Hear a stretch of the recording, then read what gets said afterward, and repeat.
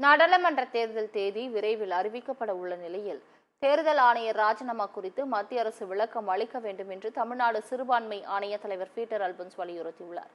நாகர்கோவிலில் செய்தியாளர்களிடம் பேசிய அவர், மேற்கு வங்கத்தில் சுற்றுப்பயணத்தில் இருந்த ஒரு அதிகாரி 10 மணி நேரத்தில் ராஜினாமா செய்தார் என்றால் அதற்கு என்ன அழுத்தம் என்பதை விளக்க வேண்டும் என கூறினார்.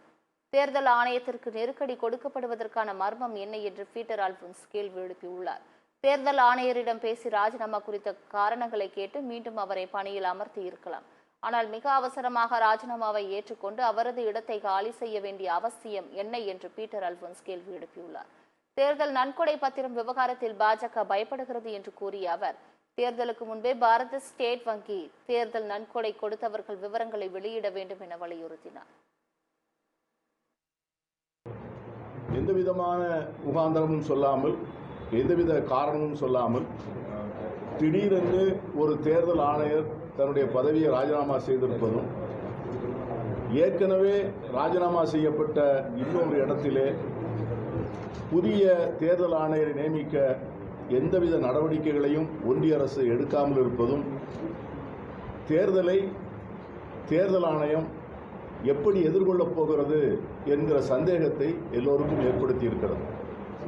ஒரு சிங்கிள் மெம்பர் கமிஷன், ஒரு ஆணையரை மட்டுமே வைத்து தேர்தலை நடத்துவதற்கு அரசு திட்டமிடுகிறதா?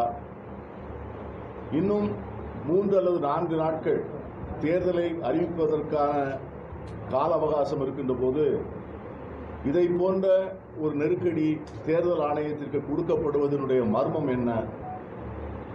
தேர்தல் ஆணையருடைய ராஜினாமா முடிவினை அவரிடம் பேசி காரணங்களை ஆராய்ந்து மீண்டும் அவரை பணியிலே அமர்த்துவதற்கான வாய்ப்புகளை தேடாமல் மிக அவசரமாக அந்த ராஜினாமாவை ஏற்றுக்கொண்டு உடனடியாக அந்த ராஜினாமாவை குடியரசுத் தலைவருக்கு அனுப்பி வைத்து அதை உடனே அரசிதழிலும் வெளியிட்டு அந்த இடத்தை உடனே காலியாக்க வேண்டிய அவசியம் என்ன என்கிற கேள்விகளும் பொதுமக்கள் மத்தியிலும், பத்திரிகையாளர்கள் மத்தியிலும், எதிர்க்கட்சிகள் மத்தியிலும் வைக்கப்படுகிறது.